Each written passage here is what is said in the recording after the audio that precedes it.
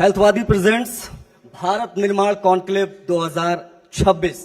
स्वागत है आप सभी का पुनः लंच के बाद और सेशन को आगे बढ़ाएंगे। देखिए, मोदी सरकार के 12 वर्षों की विकास यात्रा पर आज हम बात कर रहे हैं। मैं आशीष प्रमोद गोस्वामी हूं, मेरे साथ मेरी सहयोगी हैं और इस विकास यात्रा पर जो हम चर्चा करने जा रहे हैं, चर्चा को आगे बढ़ाने जा रहे हैं। बता दें आपको कि हमारे साथ केंद्र सरकार में राज्य मंत्री और दिल्ली बीजेपी के प्रदेश अध्यक्ष माननीय हर्ष मल्होत्रा जी हमारे साथ जुड़ गए हैं। Thank you so much sir, स्वागत है आपका। तालियों बजती रहनी चाहिए। सर, सबसे पहले तो ऑन अ लाइटर नोट आपसे पूछ लूं, क्योंकि दो जिम्मेदारियां हैं आपके कंधों पर। ज्यादा बात किस पे करें, आपके मंत्रालय पे सर की बतौर संगठन की जो भूमिका आप निभा रहे हैं, किस पे ज्यादा बात करना पसंद करेंगे आज? जिस पे आपका मन करे उस पे कर लीजिए। वेल एंड गुड है। सर, पहला सवाल यही मैं आपसे समझना चाहूंगा, क्योंकि हम 12 वर्षों की मोदी जी की विकास यात्रा पर आज बात करने के लिए एकत्रित हुए हैं सब लोग। किस प्रकार से देखें इन 12 वर्षों को, मोदी जी के कार्यकाल को, और किस प्रकार से आप इसको पिरोएंगे अपने शब्दों में सर, इन 12 वर्षों को? 12 वर्षों से पहले का भारत और 2014 से लेकर के 26 का भारत, जमीन आसमान का फर्क है। सोच का फर्क है, नीयत का फर्क है, नेता का फर्क है, नीति का फर्क है। ये 12 वर्ष सही मायने में विश्वास के, विकास के और जन कल्याण के रहे।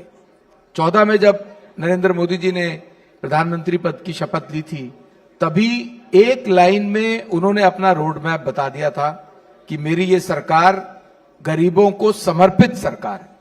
और ये केवल कहा नहीं, ये जुमला नहीं था, ये पार्लियामेंट में उन्होंने शपथ लेने के बाद पहले वक्तव्य के पहले पैराग्राफ में कहा था।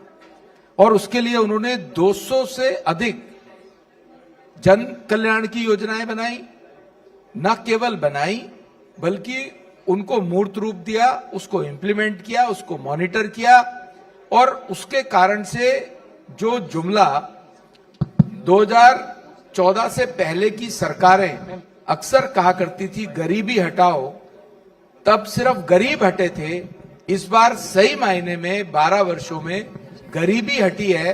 25 करोड़ लोग गरीबी रेखा से बाहर आए हैं। ये फर्क है 2014 से पहले की सरकारों का और 2014 के बाद के 12 वर्षों का। सर, आप चूंकि पहले जैसा इंट्रोडक्शन में मैंने बताया कि आपके पास दोहरी जिम्मेदारी है, प्राथमिकता तय कैसे करते हैं दोनों में से? कि मतलब ये अपने आप में बहुत चैलेंजिंग जॉब है कि संगठन पूरे दिल्ली का देखना, उसके बाद में एक अहम मंत्रालय आपके पास। सर, कैसे जिम्मेदारियों को प्राथमिकता देते हैं? एक लाइन जो आदरणीय नड्डा जी ने और जो हमारी भारतीय जनता पार्टी का फिलॉसफी है, दर्शन है, सेवा ही संगठन, उसमें चाहे सरकार हो चाहे संगठन हो, हमारा एक एक कार्यकर्ता, हमारी सरकार का एक एक विधायक, सांसद, मंत्री 140 करोड़ जन की सेवा में लगा है। तो प्रायोरिटी एक ही है, देश की जनता की सेवा करना। उसका माध्यम अलग अलग हो सकता है, उसका टाइम डिवाइड हो सकता है। बहुत ही बखूबी से आपने इसका जवाब दिया। मेरे मन में एक सवाल यह है कि दिल्ली में बहुत लंबे समय से आपकी जब सरकार अभी हाल फिलहाल में आई, उसके पहले से फ्रीबीज को लेकर, मुफ्त चीजों को लेकर बहुत राजनीति हुई है। तो अब क्या दिल्ली की जनता ये माने, बीजेपी की सरकार आने के बाद ये परिवर्तन होगा कि अब दिल्ली मुफ्त नहीं बल्कि मुक्त होगी मुफ्त वाली चीजों से और विकास से युक्त होने वाली है? ये 1.25 साल में रेखा जी की सरकार ने करके दिखाया है। कैसे करके दिखाया है, मैं आपको एक उदाहरण देता हूं। मैं 2024 में सांसद और मंत्री बना। दिल्ली में केजरीवाल साहब की सरकार थी। एक CRIF फंड होता है मॉर्थ का, हमारे रोड ट्रांसपोर्ट मंत्रालय का, जो राज्य की जनता का सेस का पैसा होता है, जो एकमुलेट होकर के हम राज्य सरकार को देते हैं उनकी इंटरनल रोड्स को बनाने के लिए।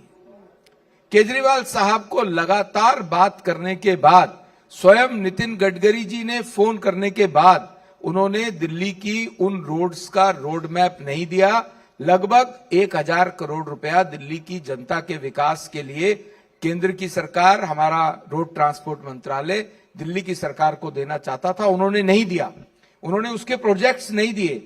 20 फरवरी 2025 को रेखा जी की सरकार, दिल्ली में बीजेपी की सरकार आती है और 31 मार्च 2025 तक हम 803 करोड़ रुपए CRF फंड का पैसा दिल्ली की राज्य सरकार को, रेखा जी की सरकार को दे सके, क्योंकि उन्होंने वो प्रोजेक्ट बना के हमें दिए। ये उनकी डेवलपमेंट की नीयत को बताता है। ये एक छोटा सा उदाहरण है जो मैंने आपको दिया। तो इसलिए दिल्ली की सरकार का एजेंडा दिल्ली की जनता को मूलभूत सुविधाएं देना, जो पिछले 10 साल से दिल्ली जर्जर हुई पड़ी थी, ये मुख्य एजेंडा दिल्ली में रेखा जी की सरकार का, दिल्ली के 7 सांसदों का, हमारी ट्रिपल इंजन में कॉरपोरेटर्स का, दिल्ली की जनता को मूलभूत सुविधाएं समय से और टाइम से देना, ये हमारा मेन एजेंडा है। ठीक है सर, क्योंकि आपकी सरकार आई है और एक लंबा टाइम अगर हम कहें तो लगभग साल भर का बीता,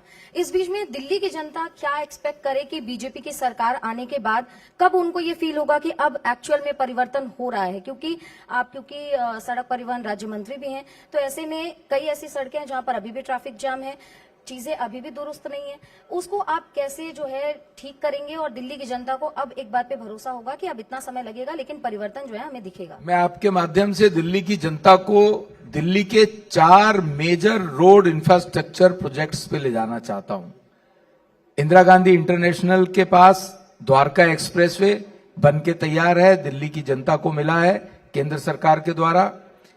UER-2 जो कि इंदिरा गांधी इंटरनेशनल एयरपोर्ट से अलीपुर तक जाता है, जिसमें अगर सिंगू बॉर्डर से हरियाणा की तरफ से आने वाले लोगों को एयरपोर्ट जाना है तो आज 45 मिनट लगते हैं।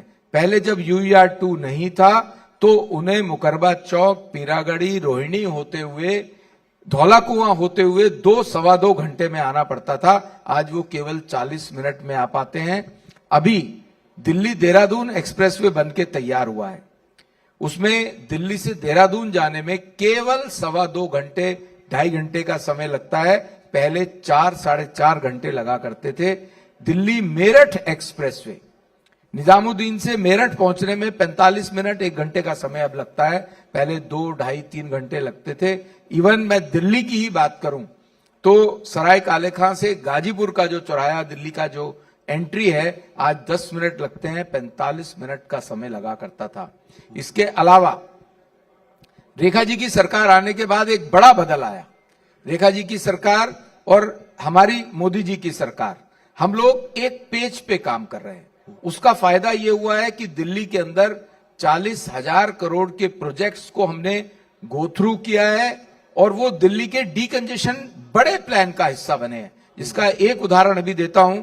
अभी 4 दिन पहले मोदी जी की कैबिनेट ने एक टनल जो कि शिव मूर्ति से नेल्सन मंडेला मार्ग तक बनेगी, 8.1 किलोमीटर की 7,000 करोड़ की लागत से अगले 3-3.5 साल में, 4 साल में हम जो गुड़गांव से आने वाला ट्रैफिक वहां पर जाम होता है शिव मूर्ति पर, द्वारका एक्सप्रेसवे की लैंडिंग पर, वो खत्म करेंगे। और वो टनल जब बन के तैयार होती है तो उस टनल से आगे INA से इंदिरा गांधी इंटरनेशनल एयरपोर्ट तक और बाद में वो गुड़गांव फरीदाबाद होते हुए एक एलिवेटेड हाईवे 5,000 करोड़ का, एलिवेटेड रोड 5,000 करोड़ का पास किया है। और वो इसलिए ये सब चीजें हो पा रही हैं। अभी 5-6 चीजें और हैं जो मैं बताऊंगा आपको, क्योंकि इसके लिए जो नेसेसरी परमिशंस राज्य की सरकार ने देनी है NHAI को, केंद्र की सरकार को, ये सब काम करने के लिए अब रेखा जी की सरकार उसमें फाइलों के ऊपर केजरीवाल की तरह चढ़ के नहीं बैठी हैं, कुंडली मार के नहीं बैठी हैं। वो उन क्लियरेंसेस को शॉर्टेस्ट पॉसिबल टाइम में पूरा कर रही हैं, जिसके कारण से कैबिनेट ने 7,000 करोड़ की ये जो टनल है शिव मूर्ति से नेल्सन मंडेला वाली, वो अप्रूव की है, उसका DPR बन गया है और 3-4 साल में हम बना के देंगे। इसी को सर शायद डबल इंजन का फायदा आप गिनाते हैं, और डबल इंजन का फायदा आप तो मिलना चाहिए, हमको दिखना भी चाहिए, क्योंकि आपने कहा भाई ये फायदा दिल्ली की जनता को मिलने वाला है। एग्जैक्टली। और हर तरफ लगभग आपके हर स्टेट में आपकी सरकार है। आपने दिल्ली देहरादून एक्सप्रेसवे की बात की, अभी मैं उधर से होके आया हूं। जब आप ये खबरें देखते हैं सर कि दिल्ली देहरादून एक्सप्रेसवे हो या गंगा एक्सप्रेसवे हो, उसमें रोड धंस गई पहली बारिश में, इस प्रकार के सोशल मीडिया पर तमाम चीजें डाली जाती हैं, उस पर क्या आपका टेक रहेगा सर? एक चीज। और दूसरी चीज ये सर कि इसी में एक सवाल और समाहित कर देता हूं। ये 12 वर्षों का दिल्ली पे तो बात की हमारी सहयोगी ने सर, लेकिन ये पूरे 12 वर्षों के कार्यकाल का मोदी जी का रहा है, इसमें सबसे बड़ी उपलब्धि अकॉर्डिंग टू यू क्या है जिसको बड़े परिवर्तन के तौर पर हम देख सकते हैं सर? इन दोनों पर आपका जवाब चाहूँ। सबसे बड़ी बात, आज देश की जनता को प्रधानमंत्री नरेंद्र मोदी जी पर यह विश्वास है कि वो देश के 140 करोड़ जन के लिए काम कर रहे हैं। किसी व्यक्ति, किसी परिवार के लिए काम नहीं कर रहे, वो कि अपने लिए काम नहीं कर रहे हैं, अपनों के लिए काम नहीं कर रहे हैं, वो 140 करोड़ अपनों के लिए काम कर रहे हैं। ये सबसे बड़ी उपलब्धि आज की देश की 140 करोड़ जनता के मन में जो विश्वास है, उसके पीछे का कारण ये है, क्रेडिबिलिटी बनने का कारण ये है कि मोदी जी जो बात बोलते हैं वो करके भी दिखाते हैं। और ये आपको मैं एक उदाहरण देता हूं कोविड के टाइम का।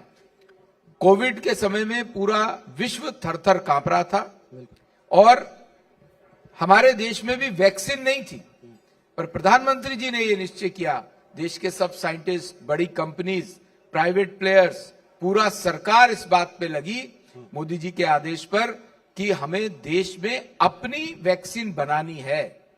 और वो 9 महीने के अंदर 2 बड़ी कंपनीज ने देश में कोविड की वैक्सीन बना के तैयार की और उसका सबसे बड़ा फायदा देश की इकोनॉमी और देश के 140 करोड़ जन को हुआ।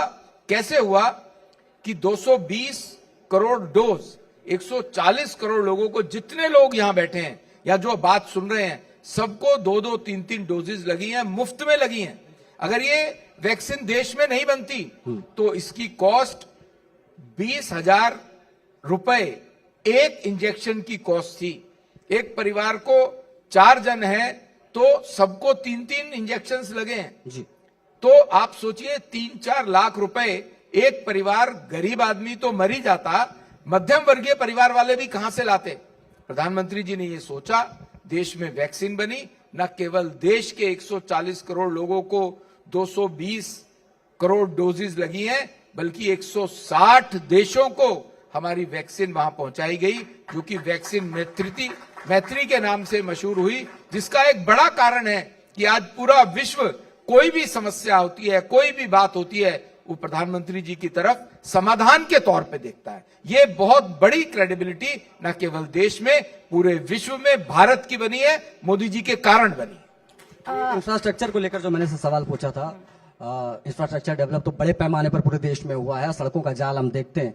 आलोचकों को क्या कहेंगे जो दिन भर वीडियोस बना के ये तमाम आलोचना करते रहते हैं कि भाई फलानी सड़क बनी और पहली बारिश में जो है ये दब गई और तमाम चीजें, उनको अगर आप कुछ कहना चाहें, क्योंकि आपके मंत्रालय से संबंधित सवाल है सर। आज एआई की मेहरबानी है, जो नहीं होता वो भी दिखाई देता है पर मैं उन आलोचकों को एक बात ये बताना चाहता हूं कि पिछले 5 वर्षों में जो हमने रोड इंफ्रास्ट्रक्चर बनाया है, केवल 5 की बात कर रहा हूं, 12 की नहीं, उसमें हमने अपने युवाओं को, देश के लोगों को 550 करोड़ मैन डेज का एम्प्लॉयमेंट दिया है। आज हमारे हाईवे से कोई भी गांव 100 किलोमीटर से ज्यादा दूर नहीं है और प्रधानमंत्री जी के विजन के कारण आज देश के अंदर प्रधानमंत्री ग्रामीण सड़क योजना पिछले 12 सालों में अनदर 4 लाख किलोमीटर ग्रामीण सड़क योजना बनी है, जो 14 से पहले 3.5 लाख किलोमीटर था, आज 7.5 लाख किलोमीटर है, जिसके कारण से गांव में तरक्की हुई है, गांव की इकोनॉमी बढ़ी है, गांव ने देश की इकोनॉमी में अपना बड़ा कंट्रीब्यूशन किया है। जो पहले गांव के प्रोड्यूस, दूध, दही, फल, सब्जी मार्केट तक, शहरों तक पहुंचने से पहले खराब हो जाया करते थे, आज गांव से मार्केट और हाईवेज 100 किलोमीटर से ज्यादा पूरे देश में कहीं नहीं है।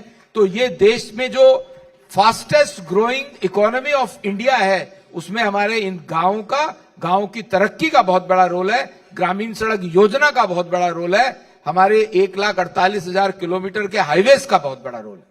हर्ष जी, आपने अभी थोड़ी देर पहले चर्चा की कि जब हमने प्रोजेक्ट्स लाने की कोशिश की थी दिल्ली में तो केजरीवाल सरकार में लाने नहीं दे रहे थे। हमने फाइलों को लेकर बहुत बार चर्चा की। ऐसे कई राज्य हैं जहां पर अभी भी बीजेपी की सरकार नहीं है। इससे पहले भी बंगाल में जब ममता बनर्जी की सरकार थी तब भी कई ऐसे प्रोजेक्ट्स थे जो रुके हुए थे।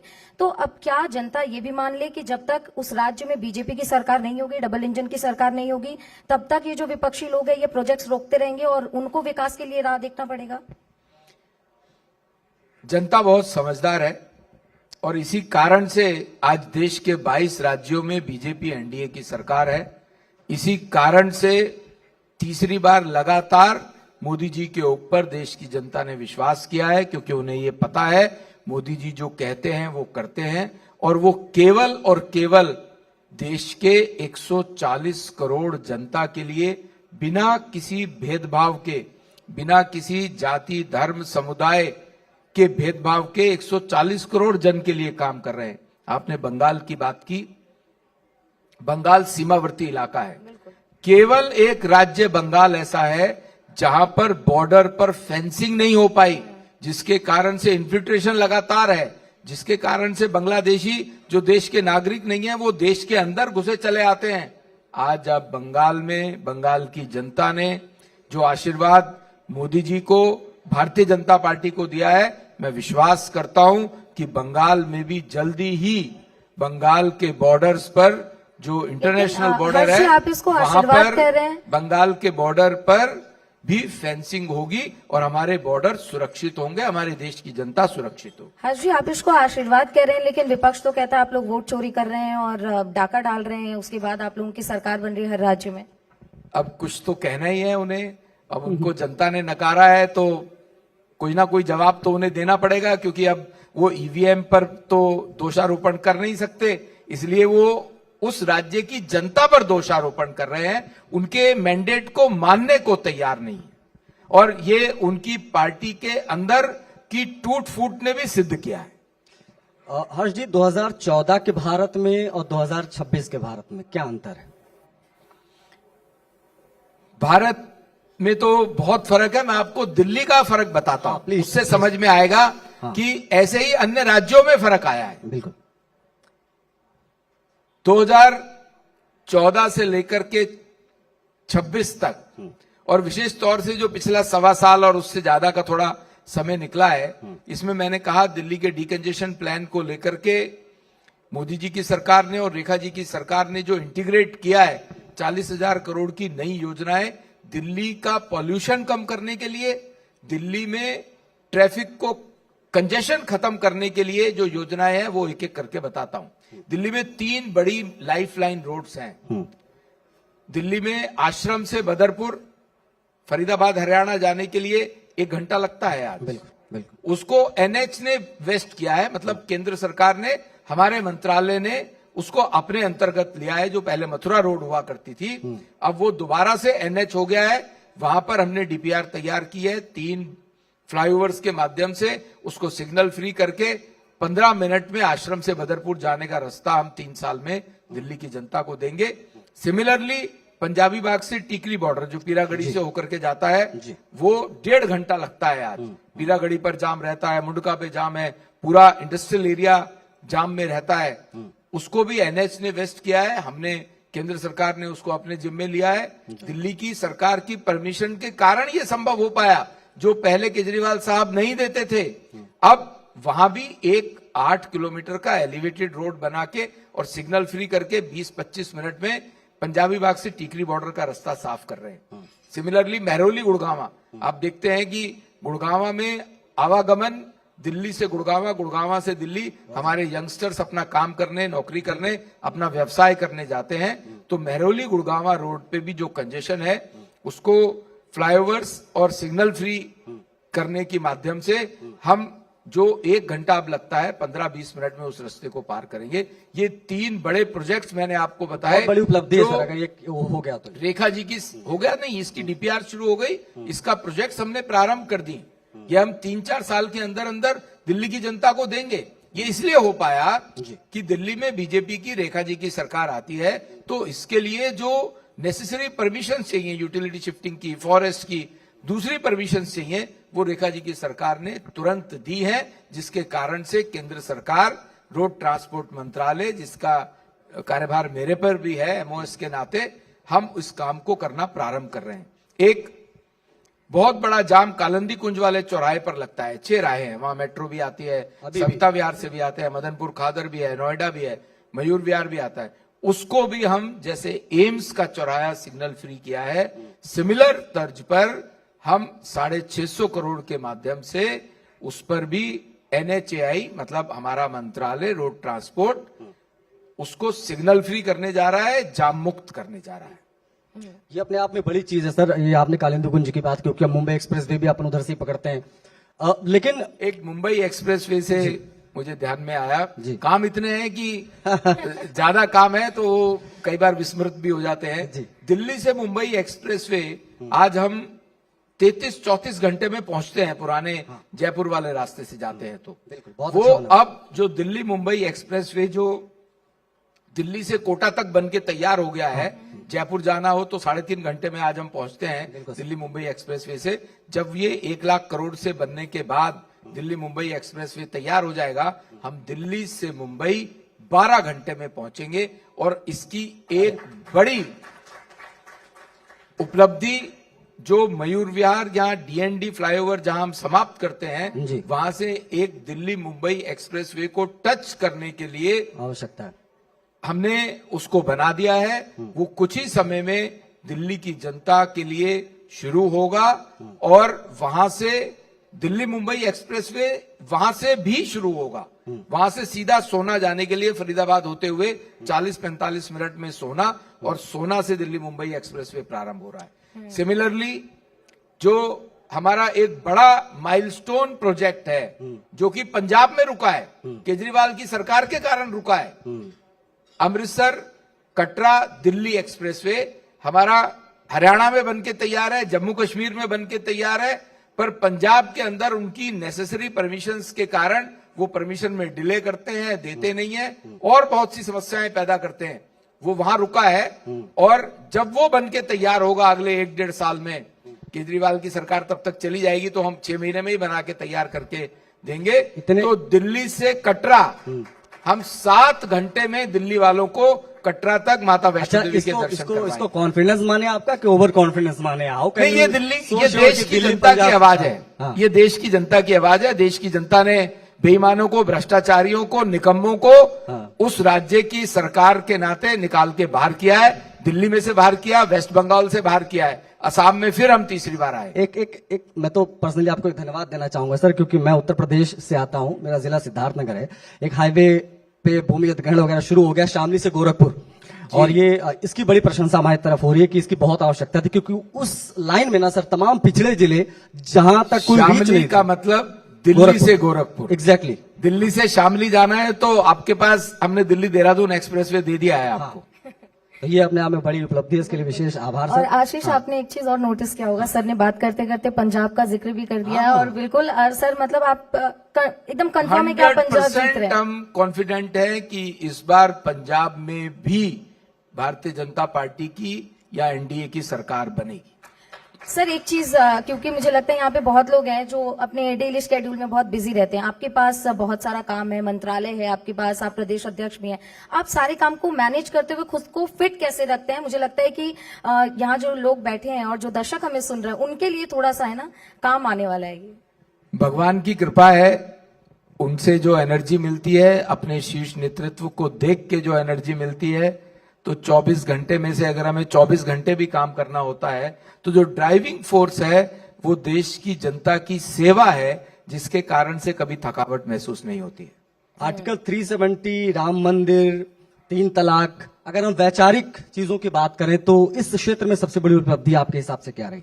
मैं मानता हूं अखंड भारत का सपना 1951 में जब भारतीय जनसंघ का निर्माण डॉक्टर श्यामा प्रसाद मुखर्जी, पंडित दीनदयाल उपाध्याय ने किया, उस समय की जो संकल्प थे कि भारत अखंड होना चाहिए, जम्मू कश्मीर भारत का हिस्सा होना चाहिए, इसके लिए डॉक्टर श्यामा प्रसाद मुखर्जी ने, जिनकी 125वीं जयंती पूरा देश मना रहा है, उन्होंने अपना बड़ा शहादत, देश एक अखंड हो, जम्मू कश्मीर भारत का पार्ट हो, जम्मू में अलग विधान, अलग निशान, अलग प्रधान नहीं होगा। इसके लिए जो दिया, उस सपने को, उस संकल्प को, जो सबसे बड़ी श्रद्धांजलि अगर किसी ने दी तो वो देश के प्रधानमंत्री नरेंद्र मोदी जी ने और गृह मंत्री जी की कूटनीति ने, जब 5 अगस्त 2019 को 370 का एब्रोगेशन और 35A का जो एब्रोगेशन किया, जिसके कारण से जम्मू कश्मीर भारत में अभिन्न अंग बन सका, भारत में उनका विलय हो सका और संसद का कानून अब जम्मू कश्मीर में एज इट इज लागू होता है। 5 अगस्त 2019 से पहले वो जम्मू कश्मीर की विधानसभा से पास कराना पड़ता था और जम्मू कश्मीर की जो बेटियां जो नॉन कश्मीरी से शादी कर लेती थी, उनको 5 अगस्त 2019 से पहले अपने पिता की प्रॉपर्टी से बेदखल होना पड़ता था। इस काम को, इस बुराई को भी खत्म किया है। जम्मू कश्मीर में अनुसूचित जाति वर्ग के लिए, हमारे अनुसूचित जाति वाल्मीकि जाटा भाइयों बहनों के लिए कोई रिजर्वेशन नहीं था। 5 अगस्त के बाद जो देश का संविधान है, सही मायने में देश का सही संविधान 5 अगस्त 2019 के बाद जम्मू कश्मीर में भी लागू हुआ, इसलिए जम्मू कश्मीर आज भारत में ठीक से विलय हो पाया है। और सर, तमाम बातें हैं, उपलब्धियां तो बहुत है मोदी सरकार की 12 वर्षों की, और हम देखते हैं धरातल पर बड़ी चीजें हम धरातल पर देखते हैं, बट महंगाई और बेरोजगारी के विषय पर हमेशा सरकार की आलोचना होती है और उसको विपक्ष बड़े पैमाने पर भुनाने की, इनकैश कराने की कोशिश भी करता है। उस विषय पर क्या कहेंगे सर? विपक्ष को अपना समय भूल जाता है। मैंने अभी बताया कि पिछले 5 वर्षों में हमने 550 करोड़ मैन डेज का रोजगार केवल रोड इंफ्रास्ट्रक्चर बनने में दिया है जी। केवल इतना ही नहीं है जी। आज देश का जो स्टार्टअप इकोसिस्टम है वो पूरे विश्व का 3रे नंबर पे हम हैं। प्रधानमंत्री जी की जो स्टार्टअप की योजना है, जिसमें 10 करोड़ तक का कोलेट्रल फ्री लोन आज हमारे युवाओं को मिल सकता है। हमारा युवा नौकरी मांगने वाला नहीं, नौकरी देने वाला बना है। 2 लाख से ज्यादा स्टार्टअप देश में प्रारंभ हुए हैं, जिसमें केवल स्टार्टअप्स के कारण 20 लाख युवाओं को नौकरी मिली है। 2022 अक्टूबर से आज तक जी। प्रधानमंत्री जी ने जो एक बड़ा स्टेप लिया, सरकारी नौकरी में इंटरव्यू बंद कर दिया, जिसके कारण से बड़ा भ्रष्टाचार समाप्त हुआ है। आज एडवर्टीजमेंट और एम्प्लॉयमेंट लेटर के बीच में जो समय तय होता है, उतने समय में नौकरी मिलती है। पहले जब यूपीए की सरकार थी तो रिटर्न टेस्ट के बाद इंटरव्यू होता था और इंटरव्यू के बाद इंतजार होता था उन ब्यूरोक्रेट्स के द्वारा, उन नेताओं के द्वारा कि ये हमारे पास आए, कुछ सेवा पानी करे, तब नौकरी मिलेगी। 6-6 महीने तक परिणाम नहीं आते थे। प्रधानमंत्री जी ने वो समाप्त किया है और पिछले जो लगातार 18 या 19 रोजगार मेले सरकारी नौकरियों में जिन बच्चों को इंक्लूड किया है, उसकी संख्या 11 लाख से अधिक है। ये रोजगार मैं आपको आंकड़े दे रहा हूं, किसी भी यूपीए की सरकार के उन मंत्रियों से पूछिए तो उनके पास कोई आंकड़े नहीं है इस बारे में। नहीं, बिल्कुल। दिल्ली किस अवस्था में मिली थी आपको सर, ये बताइए जरा, क्योंकि हम जानना चाहेंगे। अब चूंकि दिल्ली पे इतनी ज्यादा बात नहीं हो पाई, एक लंबे समय तक कांग्रेस की सरकार, उसके बाद में आम आदमी पार्टी की सरकार, और शायद पहली बार आप लोगों को अवसर मिला।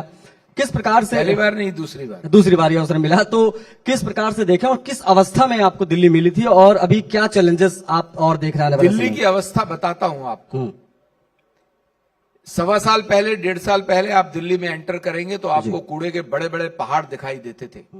उसके ऊपर खूब राजनीति की केजरीवाल जी ने, आम आदमी पार्टी सरकार ने, चाहे वो गाजीपुर हो, बलसवा हो, ओखला हो, तीनों जगह पर बड़े बड़े कूड़े के पहाड़ थे। केजरीवाल साहब जब उसको विजिट करने जाते थे तो रेड कारपेट पे जाते थे, पर उस पर उन्होंने किया कुछ नहीं। केंद्र सरकार ने भी 3,500 करोड़ रुपए दिया, पर केजरीवाल साहब ने वहां तिनका नहीं तोड़ा। पर आज आप 1.25 साल के बाद वहां का अंतर देखिए। वो कूड़े के तीनों पहाड़ आधे से कम हो गए हैं। भलसवा वाला कूड़े का पहाड़ तो कई बार देखना पड़ता है कहां पर था, वो आधे से कम है। ये मैं जिम्मेदारी के साथ बोलता हूं। दिल्ली में केंद्र सरकार की मदद से, उनके द्वारा फंड 3,000 करोड़ रुपया दिए जाने के कारण और रेखा जी की सरकार ने उसमें अपना कंट्रीब्यूशन डालने के कारण हम 2028 से पहले तीनों कूड़े के पहाड़ खत्म कर देंगे, 0 कर देंगे। सर, यमुना पर लगातार राजनीति हुई। बार बार केजरीवाल साहब ने माफी मांगी, झूठ बोला, फिर माफी मांगी, पर यमुना जी साफ नहीं हुई। 33 किलोमीटर यमुना जी, हमारी पवित्र नदी जिसको हम मां बोलते हैं जी, यमुना जी दिल्ली में प्रवाह करती है 33 किलोमीटर। दुर्भाग्य ये कि दिल्ली में यमुना जी में 22 बड़े नाले गिरते हैं। 2015 में केजरीवाल साहब ने कहा कि मैं आपको डुबकी लगवाऊंगा, यमुना जी साफ करके दूंगा। फिर 20 का चुनाव आया, यमुना जी साफ नहीं हुई तो माफी मांगी पूरी दिल्ली से, पब्लिकली माफी मांगी कि नहीं मेरे को 5 साल और दे दो। 25 में तो बेशर्मी की हद हो गई, माफी भी नहीं मांगी और कहा कि मैं कोशिश करूंगा, ठीक करूंगा। पर दिल्ली की जनता ने उन्हें नकारा।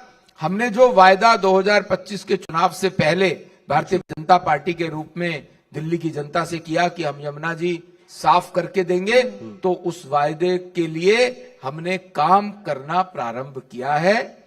दिल्ली में 22 बड़े नाले सीवेज के यमुना जी में गिरते हैं, गंदा पानी गिरता है।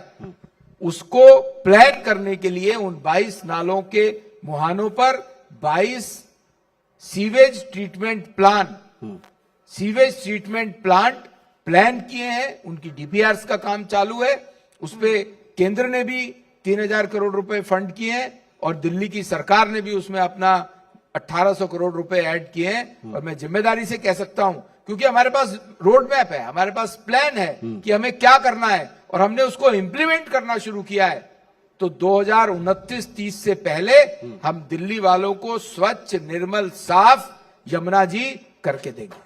ठीक है सर, क्योंकि घड़ी इशारा कर रही है सेशन को समाप्त करने की ओर, लेकिन क्योंकि हमारे साथ आज युवा भी बहुत जुड़े हैं तो एक उनके मनपसंद लायक एक रैपिड फायर सेशन रखेंगे जिसमें सिर्फ 5 क्वेश्चन होंगे और आपको बहुत जल्दी से उसका जवाब देना है। सर, आपका पहला सवाल है, दिल्ली की सबसे बड़ी बीमारी क्या है? प्रदूषण, भ्रष्टाचार या अवैध कब्जा? इस समय दिल्ली की सब बीमारियां दिल्ली की जनता ने जो पिछला चुनाव हुआ था वो दूर कर दी। ठीक है। दूसरा सवाल है, दिल्ली के लिए आपका 2030 तक का विजन क्या है?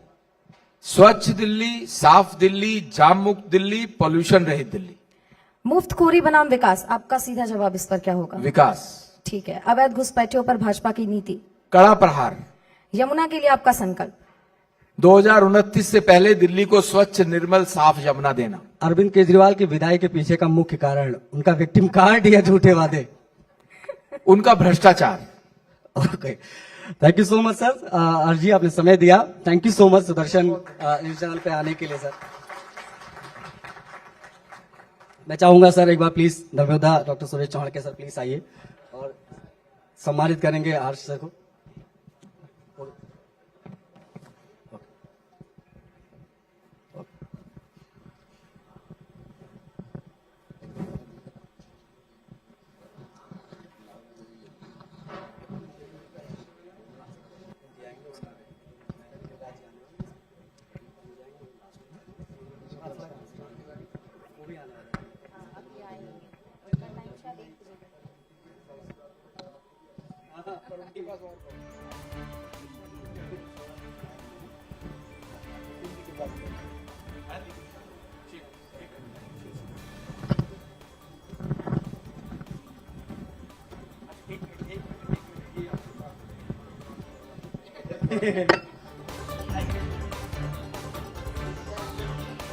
आप लोग एक बार जोरदार ताली बजा दीजिए हर्ष मल्होत्रा जी के लिए। उन्होंने बहुत ही प्रखरता के साथ अपनी बातों को रखा है और आज सर ट्रायल करेंगे।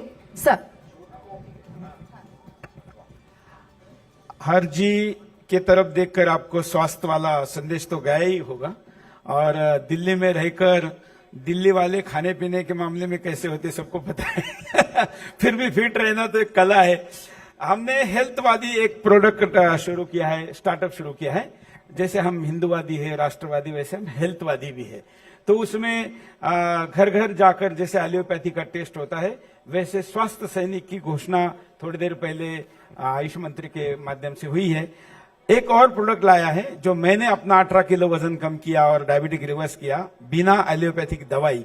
उसमें सबसे बड़ा रोल अगर किसी चीज का है अनुशासन के सिवा, तो वो इस छोटे से वॉकिंग पैड का है। इसको हमने अभी हेल्थवादी के नाम से लॉन्च किया है और ये 1.5 फीट और 3.5 फीट इस लंबाई का है, केवल 20 किलो का है। और इसको स्टार्ट करने के बाद आप इसके ऊपर 1 के स्पीड से लेके 6 के स्पीड तक चल सकते हैं, क्योंकि इसमें आपको दौड़ना नहीं है। इसलिए मैं देखिए आपके पास, आपकी तरफ देखकर भी चल रहा हूं, क्योंकि एक बार आप सिंक्रोनाइज हो जाए 2-3 बार यूज करने के बाद, तो आप फोन पर बात कर सकते हैं। आप मैं तो मीटिंग भी करता हूं, क्योंकि मैंने घर में भी रखा है, नोएडा के ऑफिस में रखा है और इधर सरकारी घर में भी रखा है। जब भी खाना खाने के पहले मैं शुगर चेक करता हूं यहाँ, तो मेरा सीजीएम सेंसर जितना दिखाता है, तो उस हिसाब से 10 मिनट 15 मिनट चल लेता हूं, और बिना दवाई, मतलब टैबलेट लेने के बजाय इस पे चला जा सकता है। ये फॉर्मूला हमने लाया है, और ये सुधर हेल्थवादी का फ्लैगशिप प्रोडक्ट रहेगा जो घर घर तक जाएगा। इसलिए इसको हमने केवल 14,990 रुपए में भी 5,000 रुपए के हेल्थवादी के वाउचर, 5,000 रुपए का डॉक्टर का कंसल्टेशन, अगले 3 महीने के लिए पूरे परिवार का, मतलब केवल 5,000 रुपए इसका इफेक्टिव प्राइस पड़ता है। ये आज आपके हाथों, आप तो कर दिया? नहीं, मैंने डेमो दिया, उद्घाटन आप करेंगे। नहीं, एक मिनट।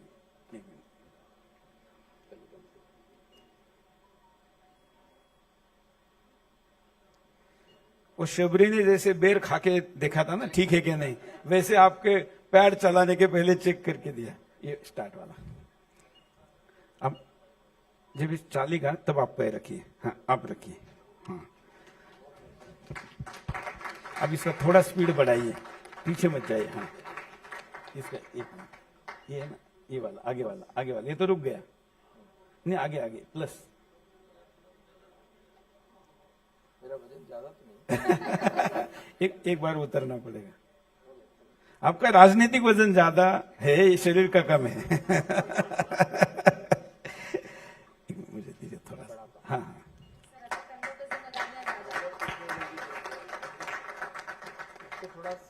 हाँ, बस उसके बाद तो कोई प्रॉब्लम नहीं है।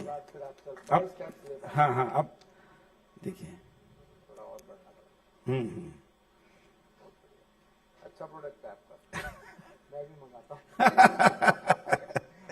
ठीक है, धन्यवाद।